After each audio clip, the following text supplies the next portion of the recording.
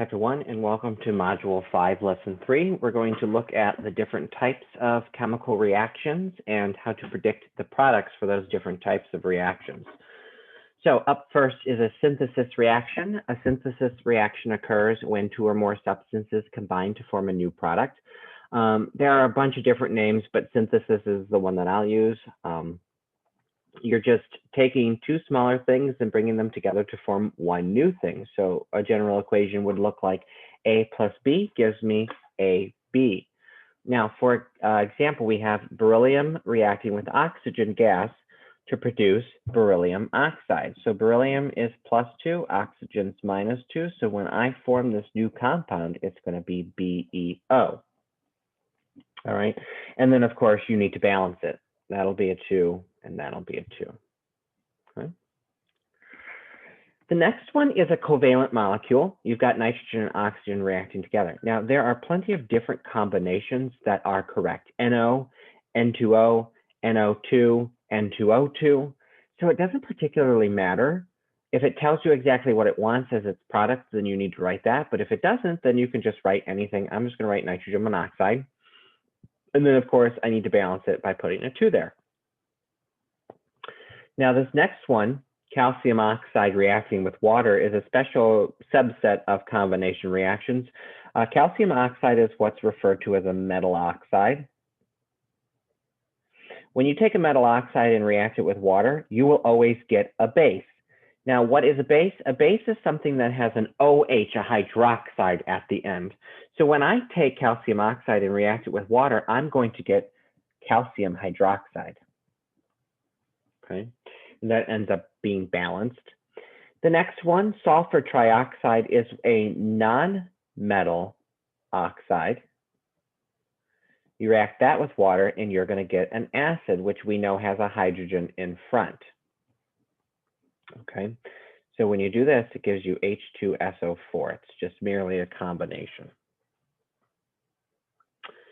And under where you found these notes on the presentation page, towards the bottom is a list of videos of all of the different types of reactions that I have here. So you can go and watch the synthesis of magnesium oxide. It's pretty interesting. So that's a combination or a synthesis reaction. The next one is the opposite of a synthesis reaction. It's a decomposition reaction. Decomposition reactions occur when a reactant breaks down into one or more smaller products. So for example, if I have AB, it'll break down into A plus B. Okay, so the first one, we take hydrogen iodide, and if you remember back to the first lesson video notes, the triangle means heat, so I'm heating it up, and this will simply break up into its two things, which of course, because we know diatomic molecules, it's going to be hydrogen and iodide. And then to balance it, you just need to put a 2 there. Now the next one has a polyatomic ion. This is magnesium chlorate. When I heat it up, I'm not just going to get magnesium and chlorine and oxygen. Polyatomic ions do not decompose and break up into their individual elements. Won't happen, okay? Keep that in mind.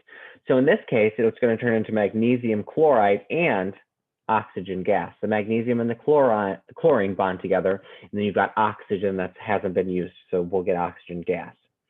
To balance it, I'm going to put a 3 there, a 2 there, and a 2 there. And those are my balanced reactions. Sodium chloride, you heat it up, you'll get sodium as a solid and chlorine, which we know is a gas. I have to put a 2 there because chlorine is Cl2, and so I need a 2 there as well. Same thing, lead is a solid plus oxygen gas. Nothing too crazy. When it's just a diatomic element, so it's like 2 elements in a compound, it's very simple. But again, with these polyatomic ions, it will never break up into their individual elements. For example, if you've got something with a carbonate, it will always have carbon dioxide as one of the products and something else. For example, let's do calcium carbonate. Calcium carbonate will turn into carbon dioxide and calcium oxide. Okay, So that's the one that's going to trip everybody up. So your example for this in the video is the decomposition of hydrogen peroxide, which is referred to as elephant toothpaste, which I'm pretty sure you've all seen before in real life.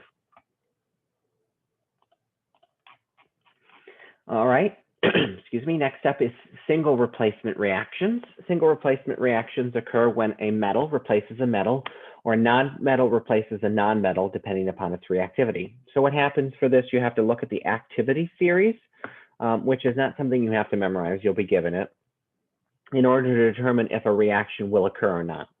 So how this works, you've got A plus B, C. What happens, A comes in, kicks out B, B's by itself now, and now A is bonding with C. So that's what happens with a single replacement reaction. And that only happens if A is more reactive than B. So it has to be higher up on this list than the other one to kick it out. For example, iron. Iron coming in, trying to kick lead out. Is iron higher on this list than lead? Yes, it is. Iron is higher on this list. So what that means, it'll come and kick lead out by itself, which we would know would be a solid. And now the iron gets to bond with the nitrate. Now, typically we need an oxidation state for the iron. We're not given one, so I'm just going to say it's +2.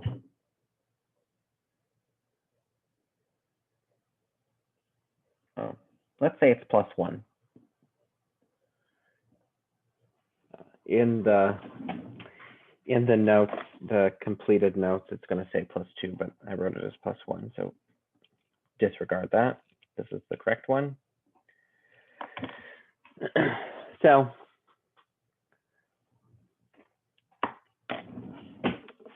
FeNO3, iron 3 nitrate. Now, how do I know what state of matter this iron 1 nitrate is?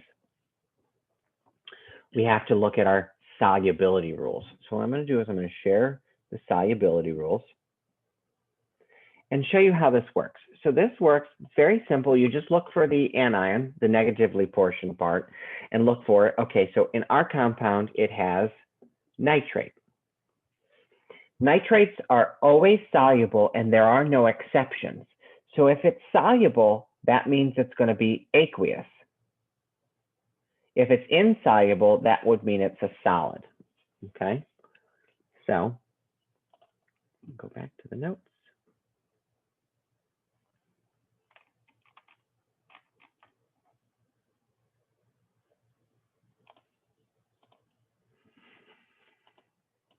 Well, let's just get rid of that.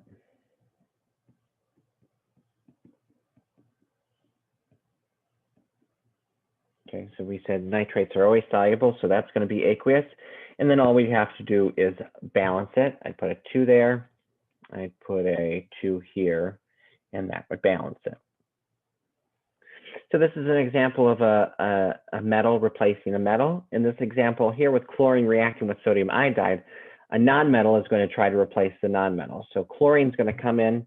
It is higher on this list than iodine, so it's going to come in and be able to kick out the iodine. Now the iodine will be by itself, which iodine in its elemental state is a solid. And then the chlorine will now bond with the sodium. And of course, we know the metal has to come first, so it's NaCl. And we should already know that sodium chloride is going to be aqueous, so it shouldn't be even a problem. Got to put a 2 there and a 2 there to balance it. Okay. I'm not going to do every example for each one. The completed examples are in the notes, the completed notes. So you can go and look at those if you want. It's extra practice for you. It's probably a good idea to do it and then go check your answers. But I do want to show you what happens when something's not higher on this list. So in this last example here, silver is trying to replace hydrogen. So silver's down here, hydrogen's higher than it. So silver is not more reactive and therefore cannot kick the hydrogen out. And if you see something like that where it doesn't work, just write NR, which stands for no reaction. Okay.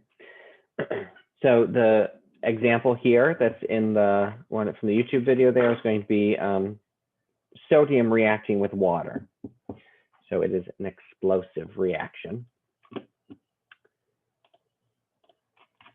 Okay, now the next one is double replacement reactions, which are the ones that we're going to see most often. Double replacement reactions occur when positive ions are exchanged between compounds. So it's always going to be two ionic compounds reacting with each other, and the cations will switch. Okay, so a precipitate, a gas, or a covalent molecule is created. This is where our solubility rules come into play. So we'll look at those some more here in a second. So what happens, A and C are they're swapping places, okay? And now A bonds with D and C bonds with B. That's what happens here. So the cations swap. So in this first example, we've got sodium hydroxide reacting with iron 2 nitrate. The sodium and the iron are going to switch places. Now the sodium will bond with the nitrate, and the iron will bond with the hydroxide. Now in this case, I know the charge of that iron. It's +2. It was +2 here, it's going to be +2 here. So keep that in mind. If you have a transition metal, what it is on one side, it will stay that charge on the other side. And it bonds with the hydroxide, so it's going to give me, okay. I'll balance it. It's a 2 and a 2. And again, that's just more practice for you if you'd like to do that. And so let's share my screen here and pull up the solubility rules. And of course, I deleted everything that I just wrote. Great. Whatever. Solubility rules. So we had a compound. We had, they were sodium nitrate and iron hydroxide, iron 2 hydroxide. So we know nitrate, always soluble, no exceptions. That'll be AQ. And then hydroxide, okay, hydroxide, so the compound contains hydroxide. Hydroxides are insoluble unless it's with group 1A or ammonium. Iron is not in group 1A, so that means that iron 2 hydroxide is going to be a solid. Okay, and that's how we use the solubility rules. Okay, we'll go ahead and do the next one. I've got barium nitrate reacting with phosphoric acid. So the barium and the hydrogen will switch places. The barium now bonds with the phosphate. So we know barium is +2, phosphate's -3. We swap those and we get Ba3, PO4, 2. And then, oh, we need that state of matter. And then the hydrogen bonds with the nitrate, which gives me nitric acid. Acids, aqueous. There's only one solid acid and you're not going to be introduced to it. So acids are always going to be aqueous. Barium phosphate, on the other hand, let's go ahead and look, and I'm going to share my screen for the solubility rules again. And so barium phosphate, let's see, it contains phosphate right here.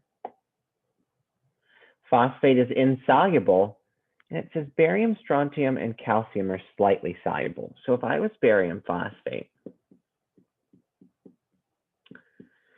I would put a solid. The reason why, slightly means, okay, some of it will dissolve, not all of it. What do I still see? I still see solid, and so that's what I'm going to write. So if something says it's slightly soluble, you should still write a solid because most of it is going to be that solid. Okay, one more. Potassium hydroxide reacts with phosphoric acid. Again, the positive part switch places. The potassium bonds with the phosphate. And the hydrogen bonds with the hydroxide, which ends up turning it into water, which we know is a liquid. Again, just so you know what it is balanced, 3. And this is a 3 as well. And then again, just looking at our solubility rules, phosphate is insoluble unless it's in group 1, which potassium happens to be in group 1. So in this case, potassium phosphate is going to be aqueous. Okay. So that's how we're using our solubility rules when we predict our products. The example video for this double replacement reaction is going to be the formation of lead to iodide. It's an interesting one because it takes 2 clear solutions to give you a non-clear solid. So go ahead and take a look at that video. And then finally, not finally, we've got 3 more.